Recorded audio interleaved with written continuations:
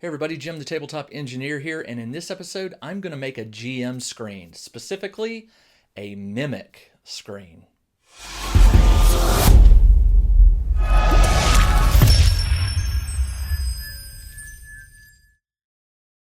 Alright, so really quick story. There is this artist out there, his name is Sean Sunday. He contacted me a while back and we were talking through email, and he emailed me this file of a GM screen that he made. I'm going to put a link in the description below to that so you can check it out. I want you to read it rather than me try to explain what it is, but it's a very cool GM screen, and you can find a copy of it on DriveThruRPG using the link below. I was so fascinated though with the artwork that I wanted to make a GM screen, but the one he sells is designed to be made out of paper. You print it on paper and you glue it to like a chipboard back or insert it into like one of those screens that has like a plastic insert. But I wanted to go a little crazier with it. So I did some manipulation of the three faces. His is a trifold GM screen. I took his artwork, I did a little cleanup and a little manipulation to turn them into a suitable file for my laser cutter. Now, this is not a project that I'm intending for you to duplicate, although if you have a laser cutter, you could probably figure it out. This was just something that just popped in my mind as, can I do it, or could I do it? So I tried, and what I came up with is pretty stinking cool. So if you like it, I heavily encourage you to go to DriveThruRPG and buy a copy from Sean. Sean Sunday is his name, and again, I'll put a link below. But let me show you a couple quick looks at one of the panels, and then we'll go to the work table and I'll explain the processes of what I did, and then in the end I'll show you the whole thing put together. So just so you know, this is one particular face. I think I'm going to make this the left side, my left, the player's right, if they're viewing it from outside. But as you can see, it's a mimic. I used 1/4 inch maple plywood. I etched the image, and then I painted everything in acrylic, mostly primary, or not primary, but very bright, vivid colors. I did some special effects, like between the teeth is a mix of red and yellow for like a fiery inside of his mouth or its mouth. But this is one panel, and I got two more to share with you. Let's get to the work table, and let me explain how I made this. I began this project by taking a screenshot of Sean Sunday's original mimic art, and I used some software to basically remove the colors. I converted everything to sepia because I found that in Inkscape, sepia allows me a better scan of the lines, the heavy lines. So as you can see here, I'm basically converting everything to a black and white line drawing, and what is black will actually be engraved by the laser cutter. So I did this to all three panels and then rotated them vertically to fit them on a sheet of plywood. Once I had each image as a SVG file, scalable vector graphic, I moved it into the Glowforge software and specified that the black lines would be engraved, and I also specified a red line that surrounded it so it would be cut out of the wood at a standard size. All three panels are identical in width and height. Total time was about an hour, 40 minutes on the laser cutter to etch or engrave and then cut.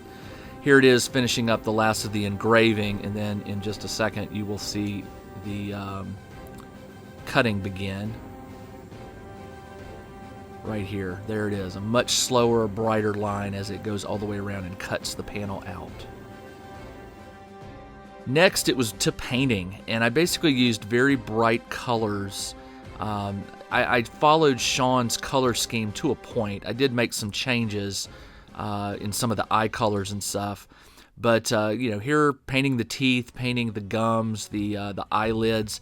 I used a lot of yellowy white for the eyes instead of bright white, and for the teeth I tended to use another off-white to give them a duller color. I went slow here because the idea is to keep the paint out of the engraved depth of the wood. You don't want paint down in there because it sort of takes away from the effect. So I went very slow. Here I am painting this sort of orangey, yellowy, fiery mix between the teeth on one of the panels. And then I went to the teeth again. This was really fun. As it starts coming together and the colors are very vivid, it just made me more excited to get the thing finished. So I did a lot of the painting with various breaks for my eyes and hands, but it was time consuming but well worth it.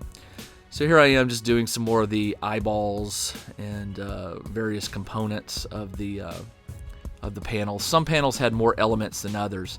Now the big eye for the center, it was a little tricky at first, but I finally figured out by going around it with an orange and red circle and then using a toothpick, I could get that sort of spiky flame effect coming off of the green pupil.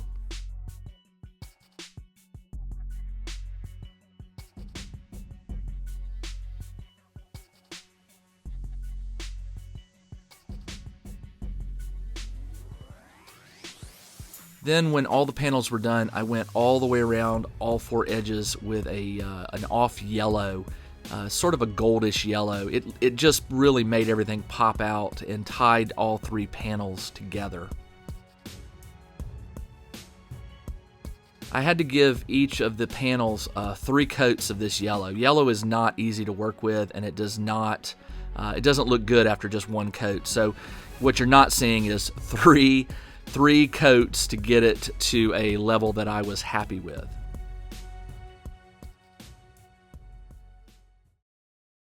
Each month, Bexham's Bazaar RPG and Wargaming Magazine provides gamers with articles, props to print and cut out for players, mini adventures, new monsters, and much more. Look in the description below for details on how to get a few free issues so you can see what you're missing. I 3D printed these little, I'm calling them angled hinges. They don't move, and they're designed to hold little 2mm thick magnets that are 10 millimeters in diameter. I designed these in Tinkercad and printed them out, glue the magnets in, and these will be used to hold the 3 panels together. So here I am with the center panel. I had the magnets glued in on one, so what I did was I took another magnet and I stuck it to one of the glued in magnets. And then I placed a drop of super glue on that magnet and then lined it up with the edge and pressed down. And this just basically helped me get them where I wanted them. Each of the magnets is glued about 1 inch. You can see me marking that off here. About 1 inch from each of the top and bottom edges on the left and right side. So here I am putting the glue drop on. And by the way, I'm allergic to super glue, so this was not fun. I was wearing a mask over my eyes and had a fan blowing to keep the fumes away from my face, but it didn't matter. Some of the fumes still reached me and my eyes still watered and got red and puffy, but totally worth it for the final result, which you'll see shortly.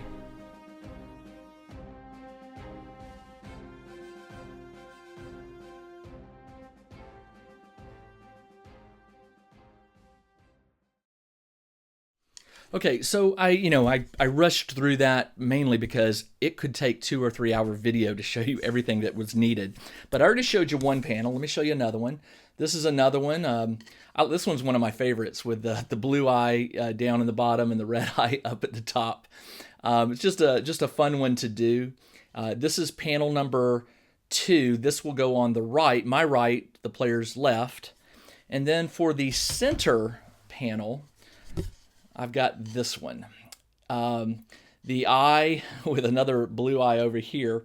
The eye effect, I copied a lot of Sean's color scheme, but in some ways I broke away from it. And if you compare his copy to what my images are here, you'll see where I went a little differently. But the eye, I really stayed with what he did. He did a green internal with a red-orange fire-like effect going out from it. So there you go. So let me get these connected with the magnet clips, and then I'll show you the full thing as it will be seen on the table. All right, I have all 3 panels laid out. You can see I've glued the magnets on. I used these to help get the spacing. Basically what I did was I glued one on, Then I put a drop of glue on the magnet that was stuck to the back of the hinge. And then I lifted this up until it picked the proper location. So basically, you just put a couple hinges on here, a couple on here, and then it tilts and it catches in place. And then I can't do this while holding the camera, so hold on one second.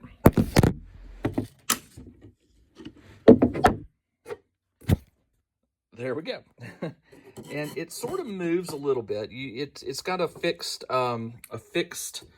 angle. Now I could print some more of these at a greater angle or a steeper, or I don't know, more acute angle, and that would change the shape. But this is pretty close to what I would want for a DM screen. Now you can see there's a lot of blank space. I haven't done anything with the backside yet because I'm not quite sure what I want to do. I have considered putting a laminating, or a sheet of laminated paper here so I could use a dry erase marker. I've also considered putting magnets so that I could, just use similar magnets to hold pieces of paper in place. Not really sure what I'm going to do yet, but let me flip around to the other side and show you what this thing looks like in glorious color. Left panel to the player, center panel, and then the far right panel. And oh my gosh, I'm so pleased with how this thing turned out. It looks awesome. I am so happy. I hope you liked it. And again, it's just something I asked myself, could I do something like that? Could I take the images from Sean's design and transfer them to wood to look like they were maybe branded in, or to give it a more realistic look? This, by the way, is stained. It's not the natural maple. I did a stain. I'll try to get the name brand of the stain. It's very light, hardly noticeable, but it definitely brings out the grain and makes it look a little more realistic. So there you go. One Mimic GM screen based on Sean Sunday's design. All right, there you go. One Mimic GM screen based on Sean Sunday's original design. I've just taken the images and laser etched them into 1/4 inch thick maple plywood. Total size is the height is about, what was it? Let's see. 8.5 inches, and the length, I believe, was 11. Yeah, the length is 11. So there's one. You can see the magnets on the back where I showed you how I put it together. And then these little pieces, I printed 4 of them. They stack and stick together. I can throw them in my bag. I'm probably going to probably buy some sort of protective bag for this so that I can carry it in my gaming bag. I also plan on spraying this with some polyurethane just to protect the paint and the wood. I've got to do a little research and figure out what will work best on the stained wood and the acrylic paint. But I don't want to, I want to protect that. Once that's on, I may go back and hit the eyeballs with some glossy, clear gloss that will give it a shine. All right, that is all I have for you this week. Again, thank you for joining me. I hope you liked this project. This was something that involved a lot of the skills, the laser cutter, the 3D printer, and some software editing, but it's something that I really feel I'm going to enjoy using at the table. Normally, I don't like a DM screen, but lately I have been rethinking that and thinking that when I start running a game again, I'm probably going to use this, at least for a little while. We'll see. All right, please let me remind you to come join me over at the Tabletop Engineer Facebook page. Just come join me over there. I post photos, comments, videos, do some live stuff occasionally, and you're certainly welcome to join. And please do come join me and my fellow guild masters over at the Tabletop Crafters Guild, 35,000 members strong. Everybody is into crafting and gaming, so it's a really great place to post questions, post photos of what projects you're working on, and just visit with fellow gamer/crafters. Okay, this is Jim, the Tabletop Engineer. I'll be back next Wednesday with a new project video. Remember, please come sign up at the Buy Me a Coffee site. The description is below.